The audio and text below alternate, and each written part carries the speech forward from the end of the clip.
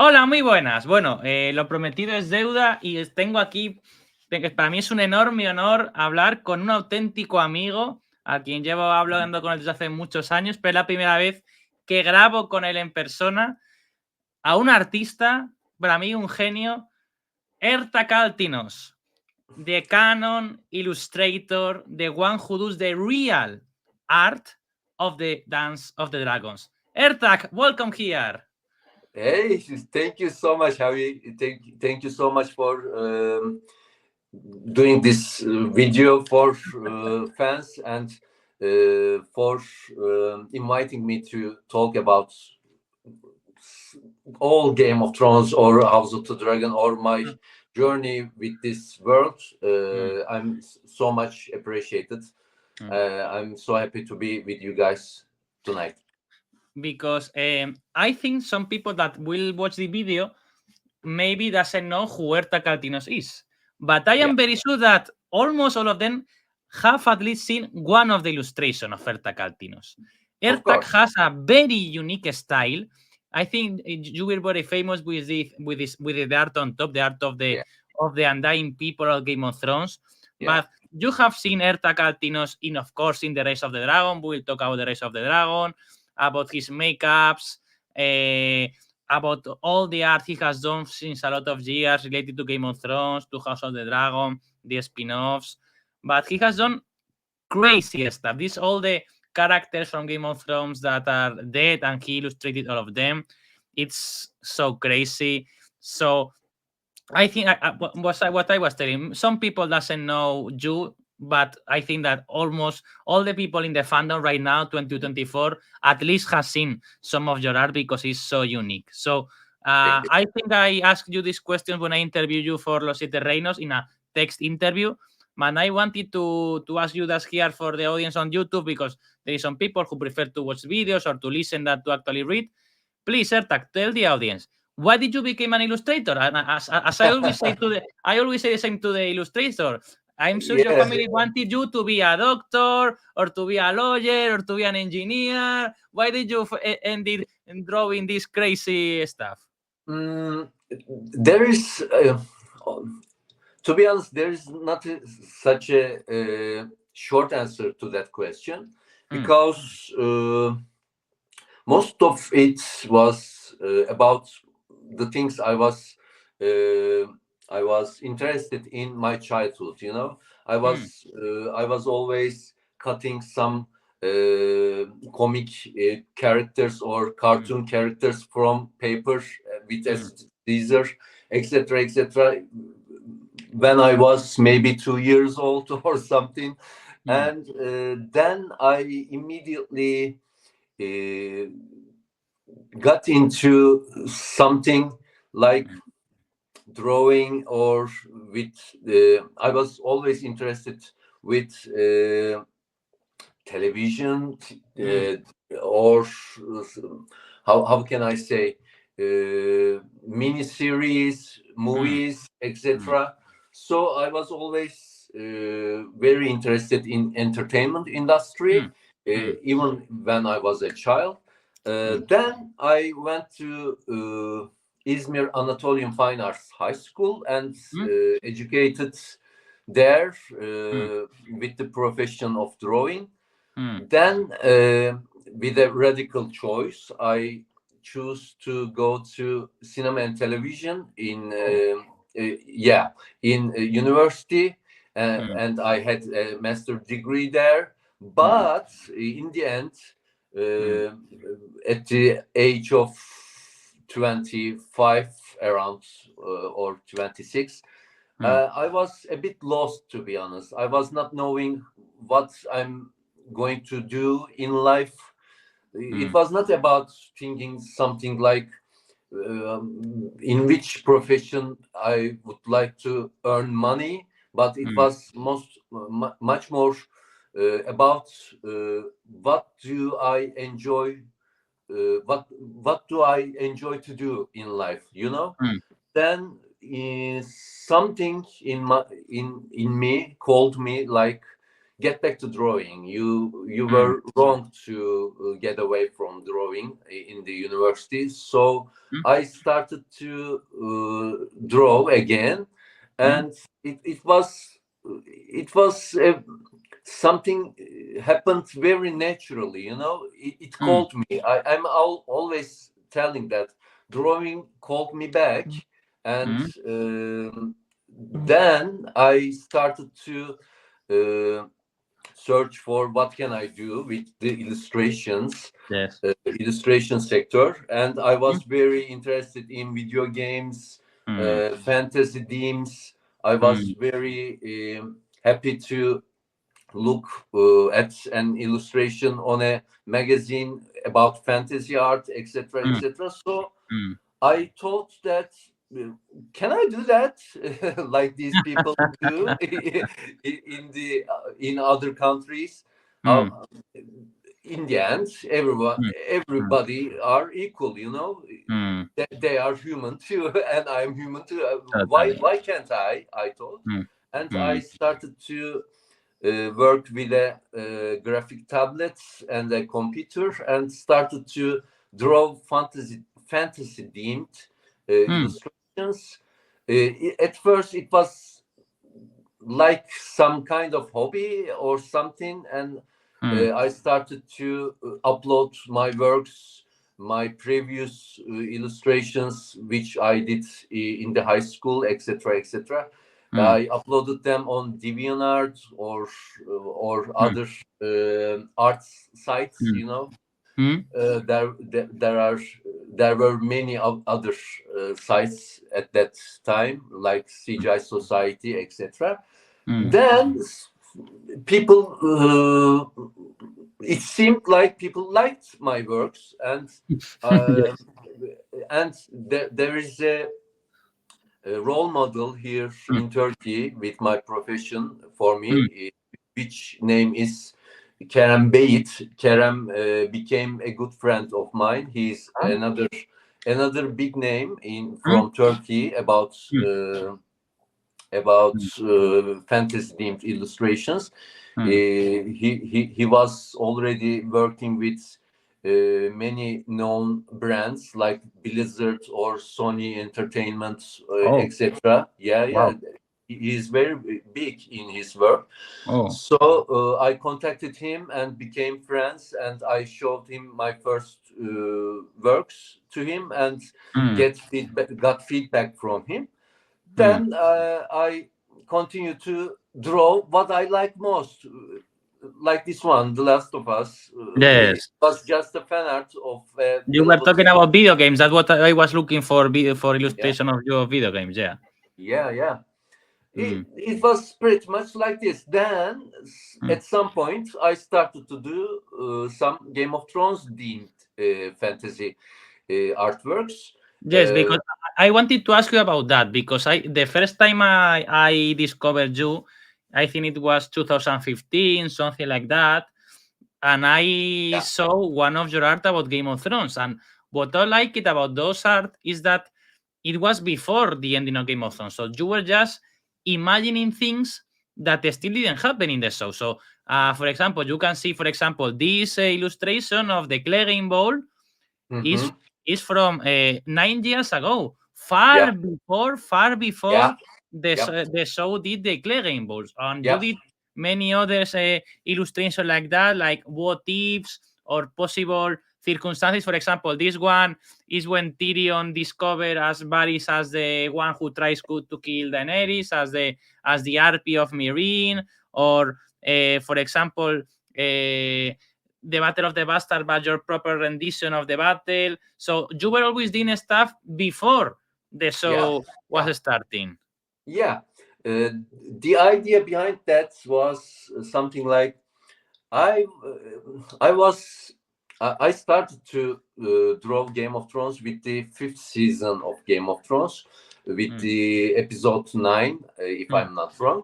mm, Then people seemed they liked it, and mm, they asked me to draw more. Then I mm, started to think like At that date, I was knowing the books. I have read them all in those days, and I thought as if I can imagine what may happen next in the books if I draw some theory images of mine. I thought as if they will be interesting to defend them. For example, this one is what would happen if there would be like a second Red Wedding with Sansa and the Brotherhood without banners killing the Freys, and I think that's maybe Jaime Lannister down, but you can see Brienne fighting. So what would you imagine could be the future from Sansa? You have from there, what could be the future? So for me, that was very funny. All the what ifs are always very funny. So you were doing a lot of what ifs or possible scenarios. Yeah. If you can scroll down below, there is a Davos piece there. Yeah. Just a bit up. This one. That's one. This one is also before the Davos scene in the Game of Thrones. Oh, before. Yeah. Wow. Yeah. So some things that I drew became real. Some things I drew couldn't become. Some of them. Wow. So this is from 2015. Wow, that's a lot of time ago. Yeah. That's made me very visible amongst fans, because when you do something which is not seen on TV, and if you can. This one, for example, is great. If Sansa was going to hang Littlefinger. Yeah, I was imagining like Sansa's role in here is like Lady Stoneheart, Oh, yes, totally. Yeah.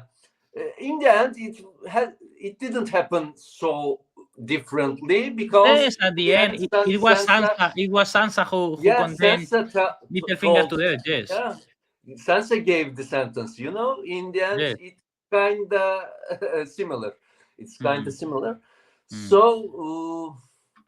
Amongst fans, when I guessed something right with my illustrations, there was a mysterious atmosphere amongst fans. Like they were talking at forums like Reddit or other forums. Like, who is this guy? How can he know this? He's definitely knowing someone from the team, from the cast members, or from the production team.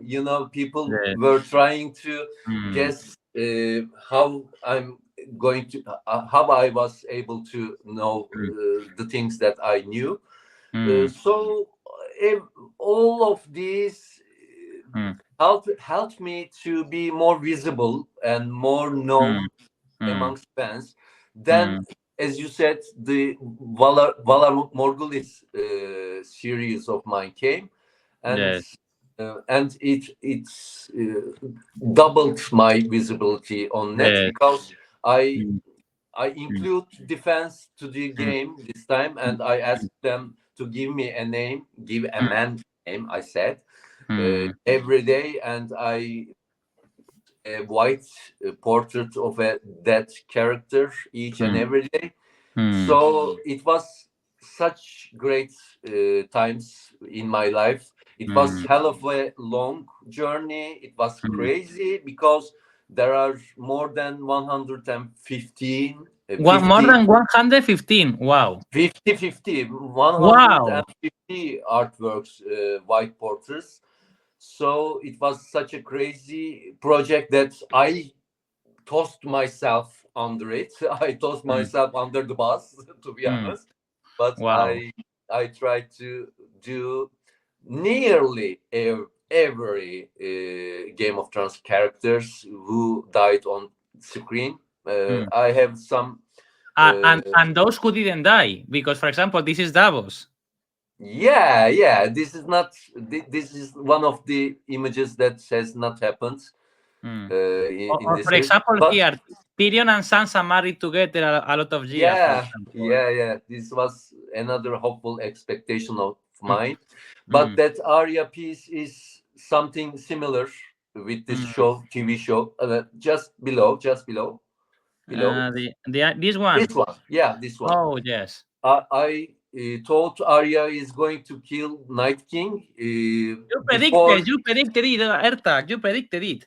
yeah, before it happened on TV, but I imagined it was going to be happening in the crypts, then the Weirwood Forest, you know. It was a great prediction in any case. Well, Yeah. but the point is that I don't interview you as a fan artist. I interview you as a canonical artist, as the canonical artist of the Dance of the Dragons. Why? Because you have worked for the rise of, for the Wall of Ice and Fire anniversary. We will talk about that later. But you became canon. That is huge word for me. Something that is canon. You became canon when you became the biggest by far, with the cover and 22 illustrations of the Rise of the Dragon. So this is the cover of the Rise of the Dragon. That is crazily good. So please tell the audience, how did you become interested, or how did you enter in this great, for me, the best thing has happened to our A Song of Fire fandom in 5-4 years at least, that is the Rise of the Dragon. Yeah, thank you so much for the question. It happened 3 years ago, if I'm not wrong. And at that time, I was drawing, I was already working on my fan artworks on Game of Thrones for maybe 7 years or 8 years. But one day when I still can't believe that it happened. One day I sit in front of my computer and look, I was checking my emails, and I seen an email from 10 Speed Press. They were writing to me and asking how I am doing, and if I am interested in working with the upcoming official art book of A Song of Ice and Fire series. They asked me, would you like to work with us with the upcoming George R.R. Martin and Elio M. Garcia Jr. and Linda Antonson book? And I was, to be honest, I was like, this can't be right. This is probably coming from one of my friends who is trying to make a joke to me, and I couldn't believe that it was real. But then I checked, and it was really real. It was really coming from 10 Speed Press, and I was, of course, I was like, yeah, I mean, give me as much images as you can. I'm ready to work here. And they asked me to draw. They asked me to choose from, if I'm not wrong, 14 pieces at first. And they asked me to choose. And they asked me to tell them how many art pieces I can do for them and which ones were there. And I told them I'm going to do all of them. I would like to do all of them, as much pieces as I can. So we start to work for one pilot piece, which was. They contact you in 2021, and when did you tell you was the deadline? When did you have to bring all these illustrations? At first, for 14 illustrations, if I'm not wrong, there were 3 or 4 months at first. They told me to deliver the artworks. But while we were working, I think they liked what I'm delivering, and maybe they saw that I'm working like a machine. Like I was, I was delivering artworks in 4 days, 5 days, etc. And I was fast, and I was very passionate about. This one. This one is the Terror over King's Landing. Was the first image that we worked together. This was the first you did. This one. Yeah, this was the Oh, first it's one. so beautiful. Yeah, so I wanted to show them how passionate I am with this Mm, project, with the Westeros. So I tried to do my best in this piece. This may take a bit longer than the others, like 10 days or 9 days. It's like, But and I have to say, Ertak, this illustration for me it's super, but doesn't show you what people know more about you, because people know about your images of characters or dragons. And in this illustration, you can see Daemon very well. You can see Rhaenyra very well because Rhaenyra on Cyrex yeah, and Daemon on Caraxes. yeah, So for me, this illustration was shocking. At first, I didn't I saw this illustration and I didn't know it was yours because I see a big castle. You are not usually the guy who draws big castles. You usually draw characters or dragons. So yeah. when I say, "Oh, this is by Ertak," I was at least at first very impacted because this doesn't seem like your style, your usual style. Yeah, yeah, you are right. This may be the one which leads another dragon art Mm, in my career. You know, I mm, was not drawing so many dragons mm, until that image, mm, but mm, after that, I was I found out I'm really enjoying doing dragon art. mm, So I deliver my art directors the first mm, image, and they were very impressed. They mm, told me that it's really good, and we are going to continue with the next ones.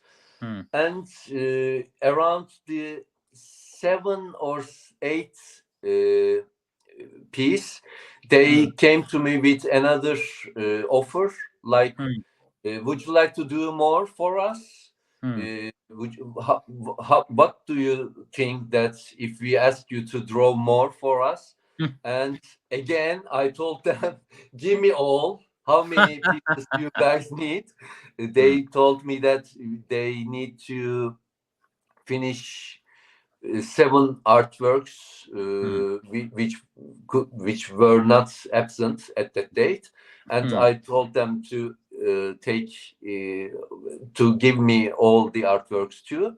So mm, in total, it was like 21 artworks. mm, And just after I start the second part of these artworks, they mm. again asked me the most precious question in my life, like, would you like to do the cover also? Exactly. Exactly. This one. Yeah, the cover is a whole new world. You know, the Mm, cover means a lot for us artists, because mm, if the interior illustrations are cake, if we call them mm. a cake, Yes. this is the cover artwork is the cherry on top, you Oh, know. yes. Absolutely. Yeah, yeah, it completes everything in my mind, and Mm, I immediately get to work on this one. mm, um, I gave a break to the interior illustrations because it has to be prepared before the date they were going to, how can I say, they were going to announce the mm, book, the mm. upcoming book, and they were announcing pre-orders, etc., Mm. etc. There will be Yeah. some news about the book, Mm, so mm, the cover artwork should have been done by the mm, date. mm, So we first did this, and then I continued to finish mm, the artworks that I worked in the art book. But it was hell of a task, mm, mm, because uh, they released the first images on social medias. mm, George R.R. Martin mm, shared a blog post about the rise of the dragon, and mm. uh, there were still some artworks that I need to complete, but it was so exciting that I couldn't get my head to my work. I was so you know, before I see that blog post on George R. R. Martin's Nada blog, I was still, how can I say, I was still not believing that I was doing Yes. this. You know, when I Yeah. see that there, then I was sure, yeah, we are doing this, This is and it real. was, This is real. yeah, it was true after that. And I wanted, when I interviewed you for Los Siete Reinos, I asked you about all of this stuff, but I wanted now with, after 2 years, because some of the illustrations you have done are very impressive, but may not see what other people were thinking about the location of the characters. For example, this one, this Dragonstone, okay? Yeah. I love this Dragonstone. This Dragonstone is over 9,000, okay? This is super meth, super goth, with the crazy dragon on top. It's very different to other Dragonstones. It's very different to the Dragonstone of Game of Thrones, of House of the Dragon. You always, when it was filmed in Spain, part of Dragonstone, when you imagine the castle as a more stoic castle, more like a fortress, okay? But it's like a fortress of hell. This is like, wow, it's the dragons and this design and all these. What was your idea when you say, okay, I am going to do Dragonstone, but my Dragonstone, my own take of Dragonstone? What's your idea in order to, for example, do Dragonstone like this? Yeah, great question. When I was working on this piece, there were two main points that I wanted to aim. First one was, I love continuation. You know, I love giving Easter eggs. I love creating something new, yet very faithful to the ones which were done before me. For example, this one was highly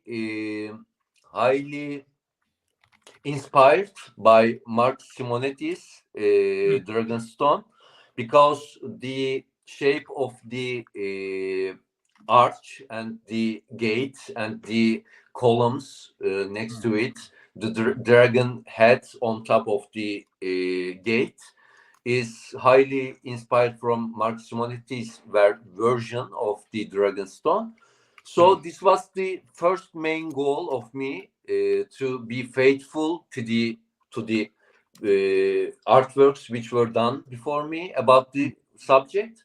And the second one is to give my own interpretation to the topic that I'm doing. You know, to add my personal touch, my personal vision to the topic. So I tried to make it a more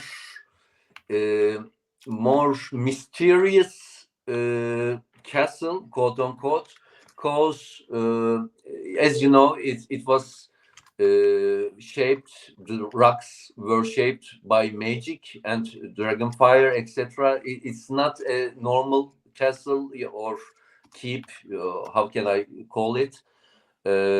So I tried to make it look like some place that is not so man-made or so natural, you know. Try to give it a grotesque look, and yes, that's the result. I'm so happy that you liked it. No, it's so crazy. And the other place I wanted to ask you, because I love your rendition of the Iron Throne. Okay, there we know there is like a canon, technically Iron Throne, because it was what George Martin said that okay, this is the kind of Iron Throne that should be, because apparently when George ordered that, he asked to Marc Simonetti, and Marc Simonetti, I'm going to show the canon of Marc Simonetti. And when people say, okay, how should be the Iron Throne? I would say, okay, this is the canon Iron Throne considered to George Martin. But you, of course, know this. But you say, I am not going to plagiarist, another genius like you, like Marc Simonetti. I am going to do my own version of the Iron Throne. Very Yeah. twisted, very twisted. And I Yeah. love your Iron Throne. Tell me Thank about you. your Iron Throne. Thank you. There are a couple of reasons that I drew Iron Throne with this shape, because at first this is really what I imagined when I read the books, because it was saying that it's twisted, it's like a monstrosity, it's it needs to be very scattered, here and there. It needs to be very, it needs to be not, it needs not to be symmetrical in my mind, because it was done with Dragonfire, and the when I imagine that if a dragon fire hits Valerian steel or steel, what can I say? It needs to be melted, it needs to be curved, it needs to be very complicated, very gripped with each other, the swords. I always, I know Marc Simonetti's version and the other ones are very, very great interpretations, and I This is the respect key. them This all. is the key for me. Interpretation. You Yeah, you are an artist. You interpret. yeah, Someone creates for example, a song. Okay, someone yeah, creates a song, but other musicians create version of the song, and that yeah, doesn't seem that the other version are bad. Are just different takes of the original score, and that's what you are doing here. yeah. Yeah, yeah. As you said, that this is all about interpretation, and while I respect their versions so much, I kind of can't agree with them. Like Iron Throne should be, in my imaginary at least, should be so straight and so perfectly shaped and so, how can I say, symmetrical. So I tried to give it a slope with its stairs. The second reason with that shape is, which I told before in the beginning. The second reason is I kind of find it so, how can I say, impossible to climb a huge throne if it's straight. It's if its stairs are straight, because if we imagine that to be straight stairs, then it should be very, how can I say, I'm going to look, it should be very steep, it should be very hard to climb. But if I thought, if I give it a slope, then climbing it would be much more easier than to be, you know what I mean. Climbing should be much more easier, much more working than a very straight stair, if I can express myself right. Yes. No, I totally got you, and that was great. But well, I didn't want to ask you only about the Rise of the Dragon. I interviewed 2 years ago, and there is everything published in Osite Reinos. But I wanted to talk to you right now during those weeks, because you have done another, for me, very, very, very important piece of art, that is the celebration of what is going to be remembered in 20 years of the George Martin Silmarillion, that is the Wall of Ice and Fire. Yeah. And for the Wall of Ice and Fire, you have done 3 illustrations. I am Yeah. going to share the 3 of them. I think, do you have also them here? Yes, in your station you have also here. So I wanted to ask you, when Elio and Linda told you about this project, when I will have published this video, I will have already published my interview with Elio and Linda, and also with Fran and Joshua. I don't know if Arantxa will be available because she's very busy, but I will try. And when Elio and Linda told you about this, how it started, when they tell you, okay, you have to do one art, and you said, I can do 3. So you did 3. So tell me your story with this great anniversary. Yeah, thank you so much for the question. If we are talking about Elio and Linda, I must tell first that I love them.